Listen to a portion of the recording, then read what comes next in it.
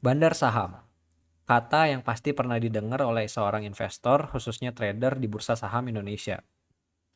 Bandar saham atau yang dalam bahasa Inggris dinamakan market maker adalah individu atau grup yang memiliki modal besar dan menampung banyak lembar saham di suatu emiten.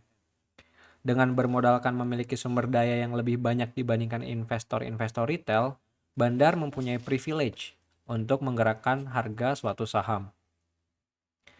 Simpelnya begini, di pasar tradisional ada petani bawang, ada pembeli bawang, dan ada tengkulak. Tengkulak adalah penengah antara petani bawang dan pembeli bawang. Tengkulak membeli mayoritas hasil panen bawang dari petani. Ketika suplai bawang yang dijual oleh petani habis, kemana calon pembeli harus membeli bawang? Jawabannya tengkulak. Karena hanya tengkulak yang mempunyai suplai bawang dan tingginya permintaan bawang di pasar membuat tengkulak bisa menaikkan harga bawang lebih dari harga yang dijual petani, membuat harga bawang lebih tinggi di pasaran. Tengkulak tentunya bebas menentukan harga, mau lebih tinggi ataupun lebih rendah, karena mereka yang mempunyai suplai bawang di pasaran. Dan tengkulaklah yang kita namakan bandar di bursa saham. Kenapa bandar ada di bursa saham? Tujuannya sama seperti kita semua, untuk mendapatkan keuntungan. Akan tetapi konotasi bandar seringkali dianggap negatif, khususnya di kalangan investor-investor retail. Dengan adanya privilege dari segi modal, akses informasi, dan mungkin juga teknologi, bandar dapat menaik turunkan harga saham dan memainkan psikologi dari investor-investor retail agar kondisi market berada di pihak yang menguntungkan mereka. Akan tetapi keadaan bandar atau market maker tidak selalu negatif bagi pasar dan juga investor-investor retail seperti kita. Kehadiran dari market maker yang memiliki modal besar memberikan likuiditas bagi pasar yang membuat bursa saham Indonesia lebih menarik tentunya. Pertanyaan selanjutnya adalah, apakah kita bisa menebak pergerakan bandar di bursa saham?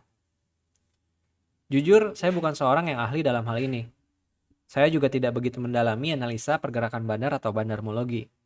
Saya lebih tertarik analisa fundamental dan nilai intrinsik dari saham tersebut. Akan tetapi yang pasti bandar adalah individual dan grup yang ahli dalam hal yang mereka lakukan, walaupun bukan berarti bandar selalu menang di bursa saham. Apakah pergerakan bandar bisa kita analisa dari broker summary? Jawabannya mungkin bisa, mungkin juga enggak. Kita nggak pernah tahu bandar menggunakan banyak sekuritas ketika bertransaksi saham, dan apakah bandar bertransaksi di suatu saham atau pindah ke saham lainnya. Tapi kalau itu pun terjadi, maka itu akan tercermin di bagian volume transaksi seharusnya ya, yang masuk ke indikator analisa teknikal.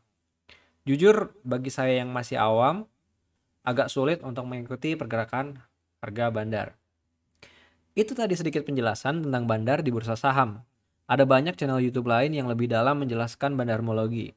Apabila teman-teman investor berhasil dengan analisa dan strategi saat menggunakan bandarmologi, it's good for you. Tapi saya sendiri lebih suka apabila tidak hanya menilai atau analisa suatu saham hanya dengan melihat pergerakan bandar saja.